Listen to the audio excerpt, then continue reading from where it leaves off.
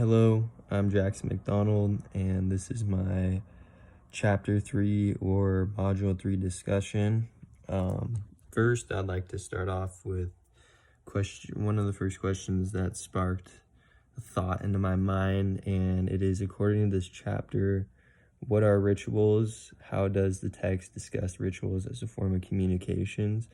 And honestly, when I was first reading this, I felt like all the misinterpreted parts in the section were exactly what I thought rituals were, and that's all I thought they were. Now, when I first started reading this, generally I thought they were, when you think of rituals, I tend to think of almost religious or sacred, ceremony, things you do, you know.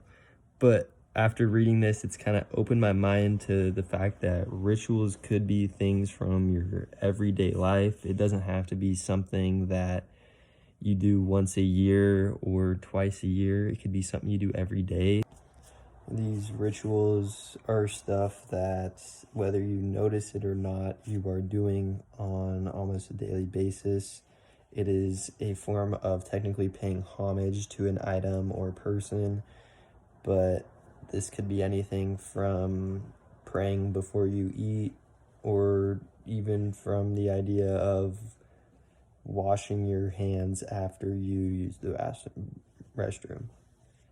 I feel like rituals can kind of go from some things that could be very sophisticated to others that are very generalized and pretty normal throughout your daily life.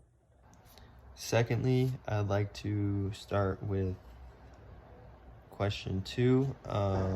It's actually question 3 on here. According to the text, what is the role of stories and narratives in creating culture? What stories and narratives have had an impact on you?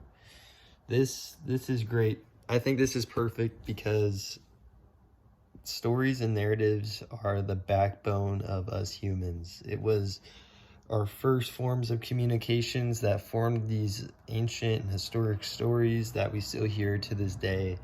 Those stories in which carry emotions, life lessons, and other things that, we deal with in our lives, but it's pretty clear that these things have had a common pattern in the history of the world. But when I think about narratives that have had an impact on me, growing up, I was baptized Catholic, and technically the Bible does have types of narrative forms of writing in there, whether it's these stories of say David and Goliath, or the crucifixion and resurrection. They all have important meaning, and that meaning is still carried out through today. So these narrative stories, these tales that have been passed down through time, clearly have significant meaning still to this day, and it's definitely something to look into or be said about, that narratives are clearly one of the most important and the most timeless forms of communication from generation to generation. Lastly, I'd like to talk about question 5, which is, what do you think about the concept of social drama, and how do you think social drama affects people's everyday lives? This is very straightforward in the fact that social drama is essentially social norms being violated.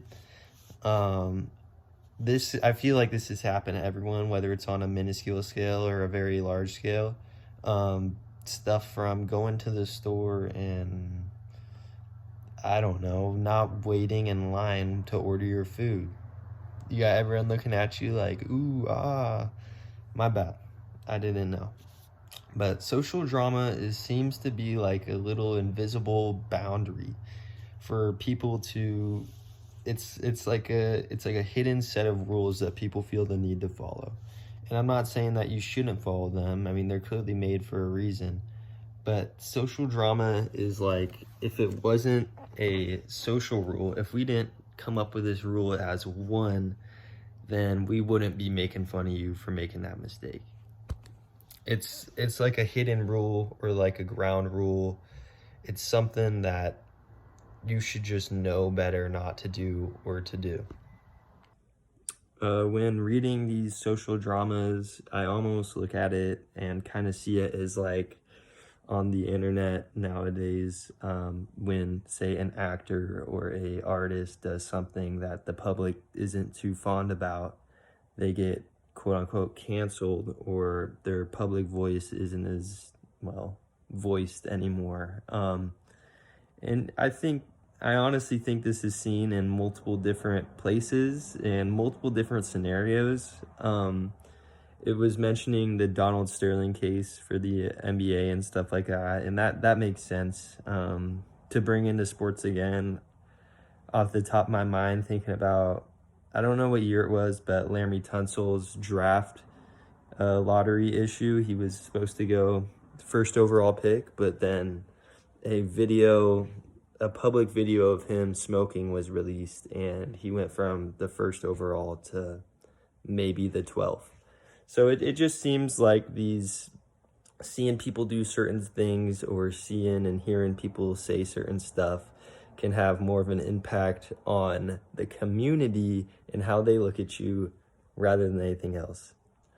Overall, I think this chapter kind of highlighted how we can learn about our culture and other people's cultures as well through, well, rituals and different social dramas and things that are not seen normal somewhere else that are seen normal where we are from.